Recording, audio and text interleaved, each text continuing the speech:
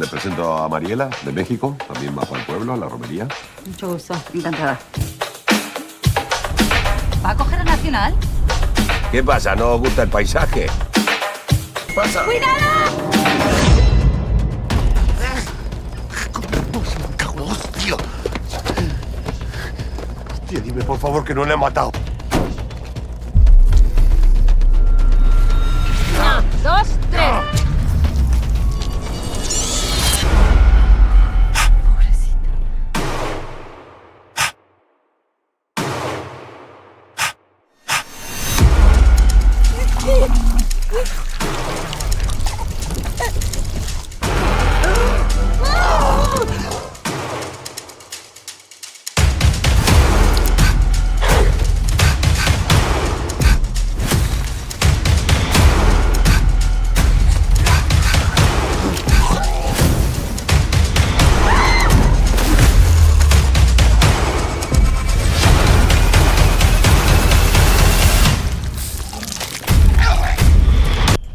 ¡Madre que me parió!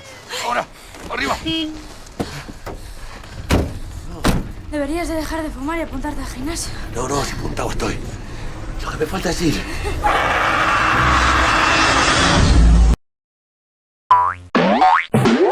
Movie की शुरुआत में हम एक कपल को देखते हैं जो जंगल में बैठकर आराम कर रहा होता है और तभी सामने से एक लड़की आती है जिसकी हालत बहुत ज्यादा खराब होती है, जिसे देखकर पहले तो ये दोनों भाग जाते हैं, लेकिन बाद में जो उस लड़की का हस्बैंड होता है वो उस अनजान लड़की की मदद के लिए आगे आता है, लेकिन तभी वो अनजान लड़की उसे बेरहमी से मार देती है। इसके बाद वो उसकी वाइफ को भी मार देती है। इसके बाद हम एक ड्राइवर को देखते हैं जो अपनी गाड़ी में एक पैसेंजर को रिसीव करता है, जिसे उस ड्राइवर की बातें बिल्कुल भी पसंद नहीं आती, तो वो अपने कानों में ईयरफोन्स लगा लेती है। अब ये ड्राइवर अपने दूसरे पैसेंजर्स को लेने जाता है जो कि एक माँ और बेटी होती है, जिसमें से बेटी का नाम मार्था होता है। अब मार्था और उसकी मॉम उस ड्राइवर की वैन में बैठ जाती है। मार्था आगे बैठती है जहाँ पर वो ड्राइवर उसे सिगरेट ऑफर करता है, लेकिन मार्था सिगरेट लेने से मना कर देती है। मार्था की मॉम को ड्राइवर की बातें पसंद नहीं आती और ड्राइवर की बातों से काफी ज्यादा इरिटेट हो रही होती है। इनके बीच में कांच का एक ग्लास होता है, तो वो ड्राइवर से पूछती है कि तुमने ये ग्लास क्यों लगवाया है, जिस पर वो ड्राइवर कहता है कि पीछे वाले लोग मुझे तंग ना करें, इसलिए ये ग्लास मैंने लगवाया है। इसी दौरान मार्था की मॉम देखती है कि ड्राइवर ने रास्ता बदल दिया है। इसके बाद मार्था की मॉम ड्राइवर से पूछती है कि आखिर तुमने रास्ता क्यों बदला, जिस पर वो ड्राइवर कहता है कि ये शॉर्टकट है और इस रास्ते से हम जल्दी पहुंच जाएंगे। अब जब ये वैन से लगातार आगे बढ़ रहे होते हैं तो अचानक से इनके सामने काफी ज्यादा कोहरा आ जाता है और ड्राइवर को आगे का कुछ दिखाई नहीं देता, इसलिए वो ड्राइवर अपनी वैन से बाहर उतरता है ताकि वो आगे का रास्ता देख सके। इसी दौरान मार्था भी वैन से बाहर उतर जाती है और वैन से बाहर आकर उसे एक अजीब सा एलियन क्रिएचर नजर आता है, तो वो उसकी तरफ अपना एक हाथ बढ़ाती है और तभी उस क्रिएचर के अंदर से कोई अजीब सी चीज निकल कर आती है जो मार्था की उंगली के अंदर घुस जाती है, लेकिन तभी मार्था की मॉम बाहर आ जाती है और उसे वापस वैन में बिठा देती है और अब ये फिर से अपने सफर पर चल पड़ते हैं। धीरे धीरे मार्था की उंगली अपना रंग बदलना शुरू कर देती है और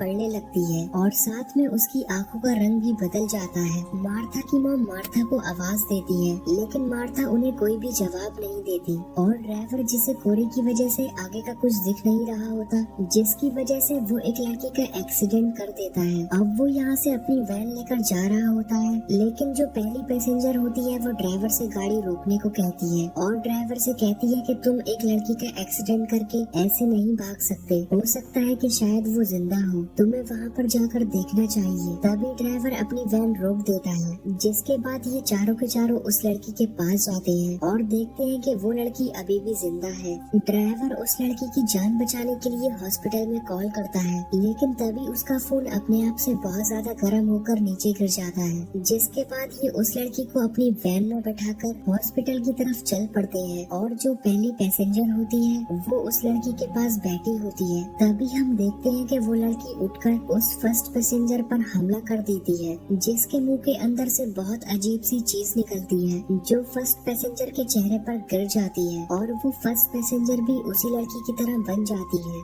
दरअसल ये एक तरह का वायरस होता है जो अब उस फर्स्ट पैसेंजर को भी इन्फेक्टेड कर चुका है और वो फर्स्ट पैसेंजर मार्था की मॉम पर हमला कर देती है। तभी मार्था की मॉम अपनी जान बचाने के लिए उस गिलास के ऊपर कुछ फेंकती है और जब ड्राइवर और मार्था पीछे देखते हैं तो पूरी तरह से हैरान हो जाते हैं। ड्राइवर बाहर उतरकर जल्दी से पीछे का दरवाजा खोलता है और मार्था की मॉम को सही सलामत बाहर निकाल देता है और जो फर्स्ट पैसेंजर होती है जो कि अब मॉन्स्टर बन चुकी होती है तो वो ड्राइवर उसे पीछे ही बंद कर देता है और अब वो तीनों उस मॉन्स्टर से अपनी जान बचाने के लिए जंगल की तरफ चले जाते हैं। इसी दौरान वो पहली पैसेंजर जो कि अब मॉन्स्टर बन चुकी होती है वो वैन का दरवाजा तोड़कर बाहर आ जाती है। मार्था अपनी मॉम के साथ इस जंगल के रास्ते आगे बढ़ जाती है और मार्था की तभी उस उंगली पर जिसमें वो अजीब सी चीज गई थी काफी ज्यादा दर्द होने लगता है तो वो जोर से चीख पड़ती है, जिस वजह से वो फर्स्ट पैसेंजर जो कि अब पूरी तरह से मॉन्स्टर बन चुकी है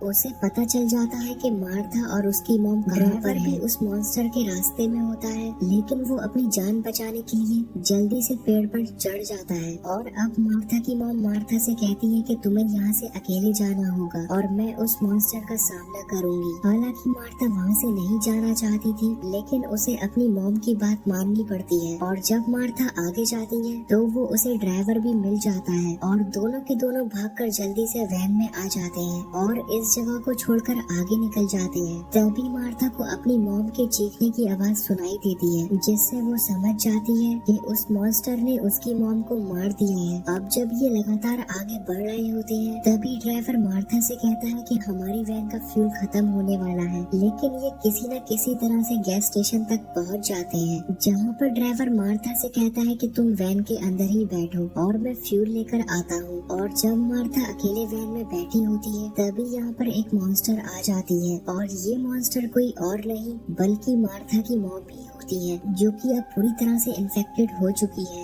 यानी कि वो भी अब मॉन्स्टर बन चुकी है। लेकिन यहाँ पर जो गैस स्टेशन का ओनर होता है वो भी आ जाता है और मार्था की मॉम उस पर हमला करके उसे मार देती है। मार्था वैन में छुपकर सब कुछ देख रही होती है। अब यहाँ पर ड्राइवर भी आ जाता है जो जल्दी से वैन में फ्यूल डालता है और मार्था को लेकर यहाँ से निकल जाता है और इन दोनों को अब ऐसा लगता है कि इनकी जान अब बच गई। और तभी रास्ते में बारिश भी होना शुरू हो जाती है। ड्राइवर को ऐसा लगता है कि उनकी गाड़ी के ऊपर कोई है और जैसे ही वो ब्रेक लगाता है तो आगे मॉन्स्टर गिरती है। दरअसल वो इनकी वैन के ऊपर बैठकर इनका पीछा कर रही होती है और अब ड्राइवर उस मॉन्स्टर को कई बार गाड़ी से दबाकर मारने की कोशिश करता है, लेकिन उस मॉन्स्टर को कुछ भी नहीं होता और वो अभी भी जिंदा होती है और वैन के अंदर घुसकर अपनी जीप से ड्राइवर का गला दबाकर उसे मारने की कोशिश करती है। तभी मार्था ड्राइवर को बचा लेती है। वो मॉन्स्टर बाहर आकर मार्था की साइड वाली विंडो को तोड़ देती है और मार्था पर हमला करने लगती है, लेकिन ड्राइवर उसे बचा लेता है और ये दोनों के दोनों वैन लेकर यहाँ से निकल जाते हैं। और जब ये दोनों पीछे देखते हैं तो देखते हैं कि वो मॉन्स्टर इनकी वैन से भी ज्यादा तेज रफ्तार से इनकी वैन के अंदर आ जाती है। तभी ड्राइवर अपनी वैन को एक पेड़ से टकरा देता है, जिससे इनकी वैन पलट जाती है। तभी वो मॉन्स्टर मार्था के ऊपर हमला कर देती है। ड्राइवर मार्था को उस मॉन्स्टर से बचाने के लिए उस मॉन्स्टर को अपनी तरफ बुलाता है और जब वो मॉन्स्टर ड्राइवर की तरफ बढ़ती है तो पीछे से मार्था उस मॉन्स्टर को मार देती है और अब ये दोनों के दोनों यहाँ से निकल जाते हैं और अब सुबह भी हो जाती है।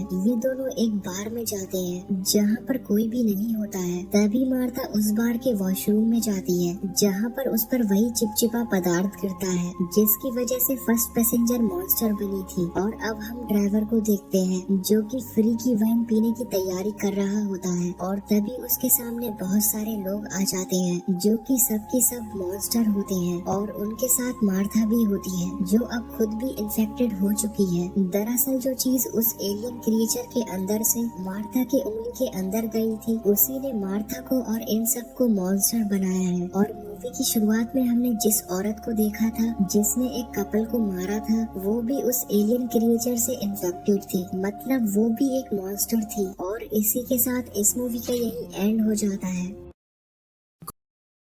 Thanks for watching. Like, comment and subscribe. Hurry up!